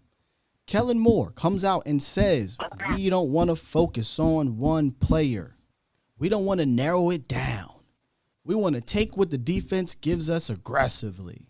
He schemes it that way. Dak executes it that way. I need Dak to not be on that same page. In fact, I need him to throw out the damn book in some instances. I'm not saying you do it the entire year, but if there's a possession where you need it, if there's a game where you need it, I don't want that book. I don't want to be on that page. I want to get the ball to my best players and let them make me look smart. Let them make me look better. I think that's the problem, Los. They're on the same page, and Kellen's page isn't proven. Yeah, you're right. And then I think that's the thing with Dak, and I feel like he can be a quarterback that can attack the field, but it has to come with confidence from the coaching staff, basically saying, Dak, I need you to use your arm, And I just feel like when it comes to that, we just have to come to the same page on that, because I don't feel like Dak's going out there and be like, hey, let me play safe and now let me throw the damn ball. I don't think he grows that way. And I feel like there's Got some news for you, brother. Yeah, go ahead. Then we got some news I got to get to, man. Finish up. Yeah, and this last thing, and if I'm well, we'll talk about it another day, Sky, because this is about the draft. But if I was gonna go with the draft, right, and if I know I have Dan Quinn in here, there's a lot of good defensive players that can fall at 24 because like I said, Sky, it's whatever falls between us. So my opinion, and I kind of asked it yesterday, is if we do have a situation where we have like a prime time defensive player that can elevate this defense or get this offensive line and elevate this offense, which would you go for? And that's it, Sky. Peace. All right, man. Appreciate you. We have some breaking news that just came down according to my guy. Not Sosa. I almost called you Sosa. My apologies, brother. Stevie Mack, the mod guy. Give me a second, y'all. Just to confirm here. Yeah, no, I just gotta confirm. But if it's Stevie Mack who's saying it, I'm good. I'm confident in that. Where are we at here? Just want to get it from one of the sources. Why am I not seeing it? Well, maybe it's because it was the word that came out, not necessarily a tweet, but I'm sure it'll drop soon. But according to Stevie Mack, until I get somebody from down there, he says that Jerry Jones just said he gave Quinn a multi-year extension to stay as defensive coordinator. That is important. And we talked about, didn't we say earlier, he may not get a head coach job next year. So if you can keep him around, the more the merrier. Now, I believe, if I'm not mistaken, coordinator contracts are usually only like 2 years, so obviously it would have been up. So they extended him, according to what Jerry Jones said on the radio. So that is what the news is. Dan Quinn was given a multi-year extension per Jerry Jones. I'm trying to confirm that.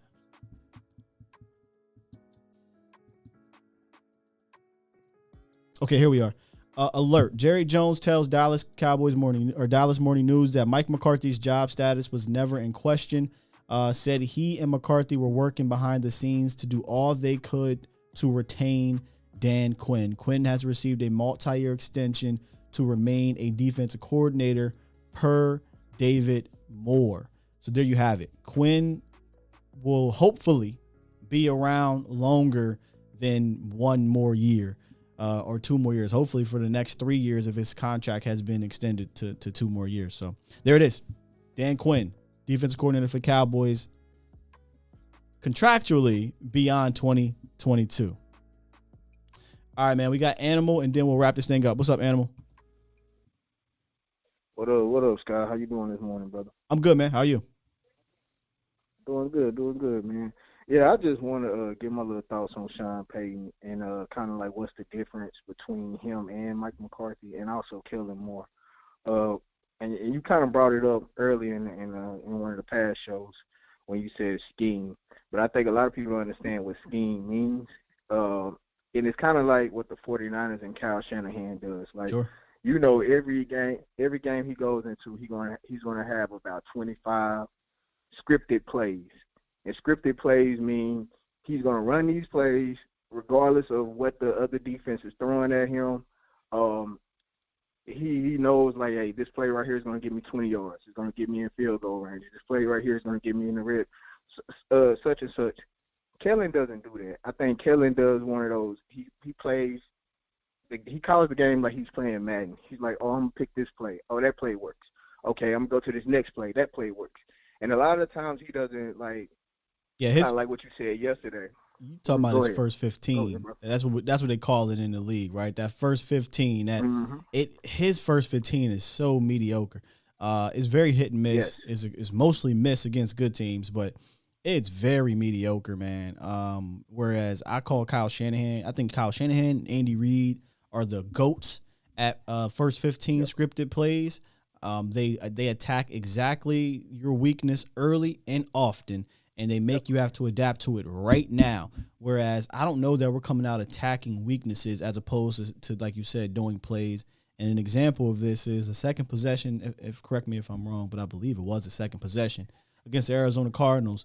These boys come out and they throw McGovern out there at wide receiver, and do that screen to Oh, CD yeah. Lamb as Horrible. if they hadn't seen that play before with Jeremy Sprinkle Yeah. out there. To me, you're not deliberately trying to attack that defense. You're just doing plays that, these razzle-dazzle plays in your playbook.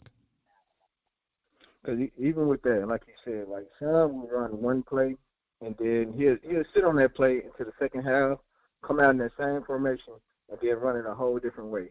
Yeah. And that's kind of like how you have to play the game with these DCs, because most of the times, they've been in organizations they've been in the NFL for years, so they done seen damn near all the offenses out there. So if you're not creative within your own scheme, then you're not going to make it far in the league. And I think like Kellen, and I think McCarthy letting Kellen hang like that without being like the OG or the guru, like, hey, Kellen, bro, I know you're young at this.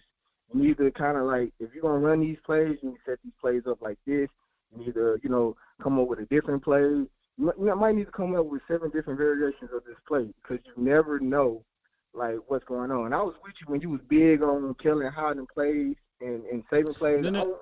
I got talked into that. I'm not going to lie to you. I succumbed to Cowboys Nation. I said, you know what? I'm going to go ahead and ride with y'all because I don't have any other explanation as to why this is happening. I was on for all the way up to like week 15. You were right. But I didn't have, what else could it be, though?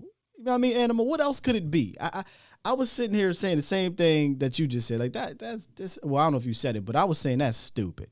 Like, why would you be saving plays, right? That's silly. I talked to a bunch of players. They said that never happens. I get saving trick plays, but normal, actual, relatively minimal creative plays within the scheme does not happen. Or saving plays that will help you win in important games does not happen. But I couldn't think of any other way. I'm like, why aren't we doing these? He has to be doing it, so I succumbed to it. And come to find out in the playoffs, that dude wasn't saving jack shit. He just pretty much flamed out. Exactly. Now, the difference between Mike McCarthy and Sean is Sean is not going to come there with his pants down. What I mean by that is he's not going to let Jerry fucking over. Like, not at all. He's going to come there. He's going to come there, and he's already has his plan. He already knows that you're not going to say a lot about what's going on the field. You can say whatever you want in your little interviews or whatever, but when it comes on the field, he's going to take care of that. And he's a better motivator than McCarthy, in my eyes, whatever it be. 100%. Exactly. 100%. Exactly.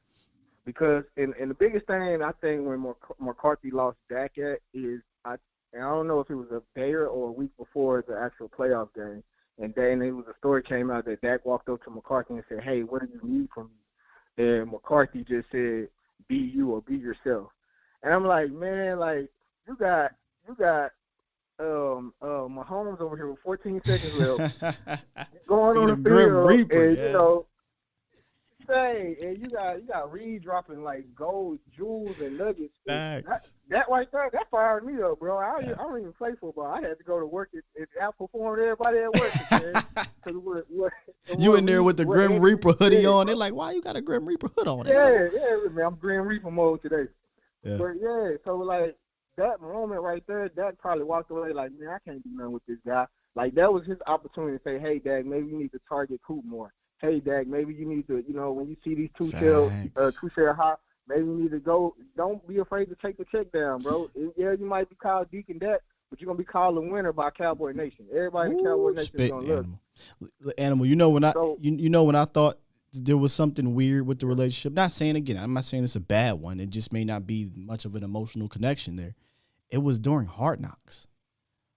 I was watching the kind of their interaction or lack thereof sometimes, and I'm just like, I mean, it doesn't really seem like he's all that connected to Dak Prescott, right?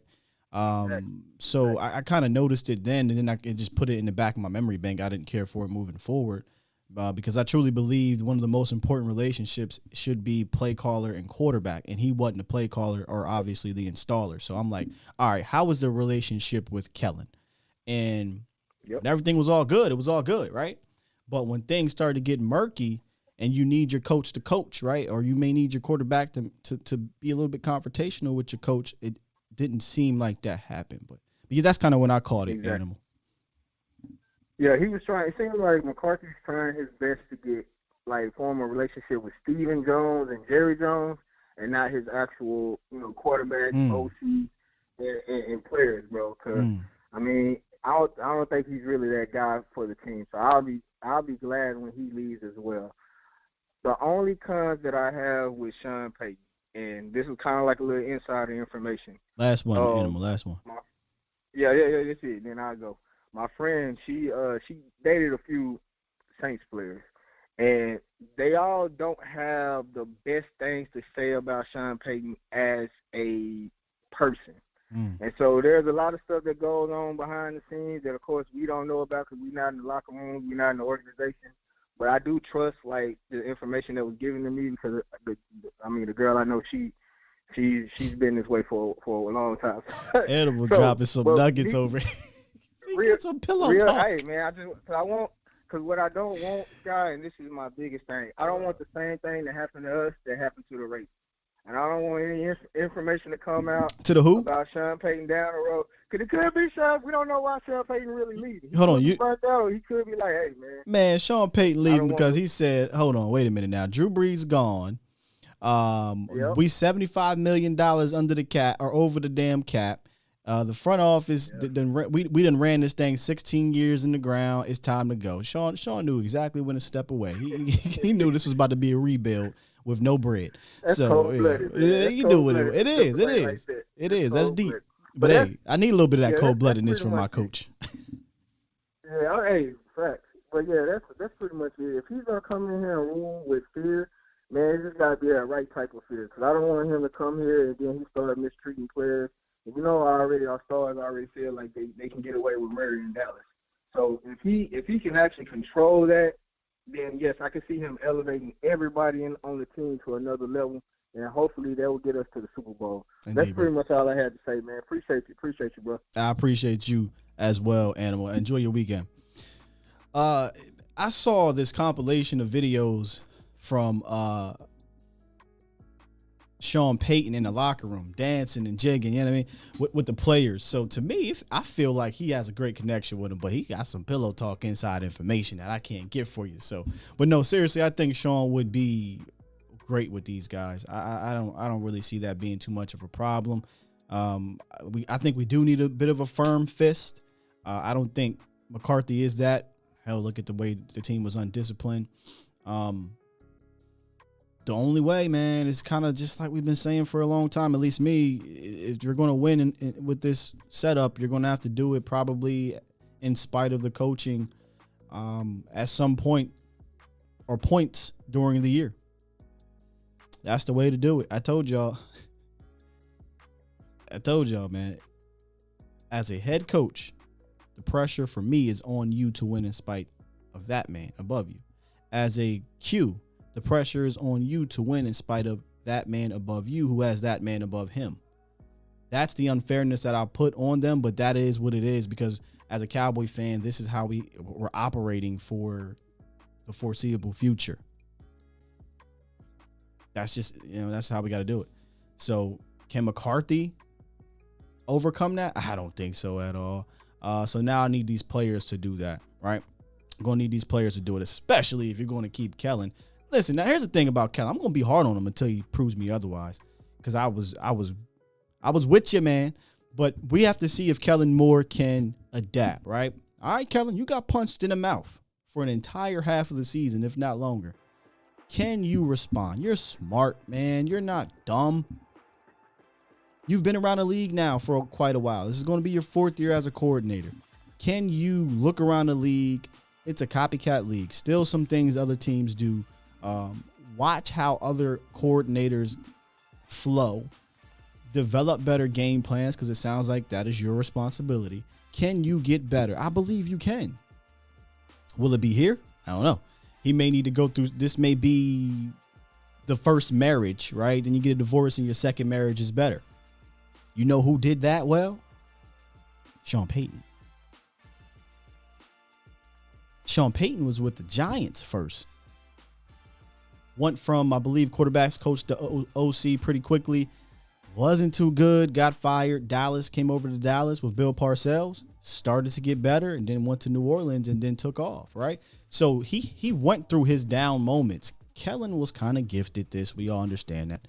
He was gifted the good old boy. You're the next in line from the heritage, the family tree. He didn't really earn anything. So maybe this is his first marriage where he messes up. My thing at the beginning of this was, I don't want him to mess up here. Go mess up somewhere else. Get something that's proven. But right now, it looks like that's not going to change, Cowboys Nation. That's not going to change. All right, that's going to do it for today's show. Appreciate you guys. Great calls today. Really, really good calls, in my opinion. Great chat. I didn't get a chance to get through Super Chats today because the calls are really good. So let me get to that real quick.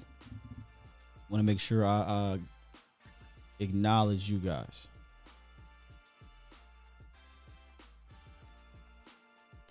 All right, today we had a couple of them. Super chat.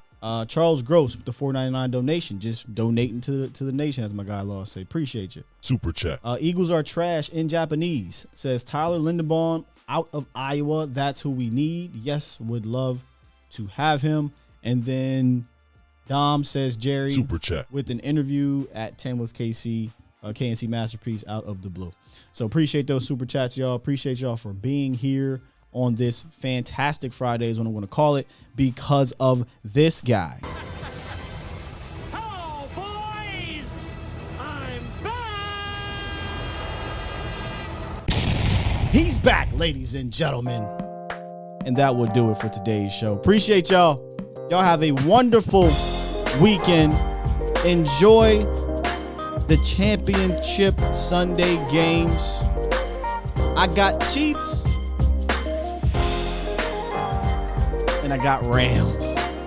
I got a feeling, though, these goddamn on Niners are going to do it. Chiefs, Rams, my picks. See y'all. Enjoy your weekend. Love you. Peace.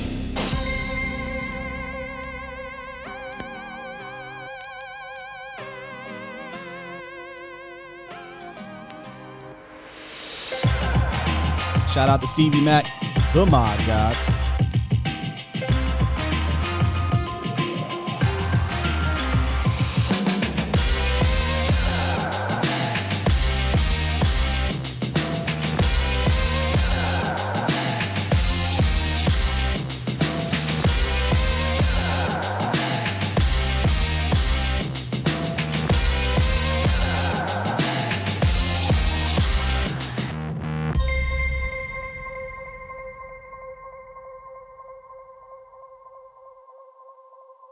I want me some glory hole.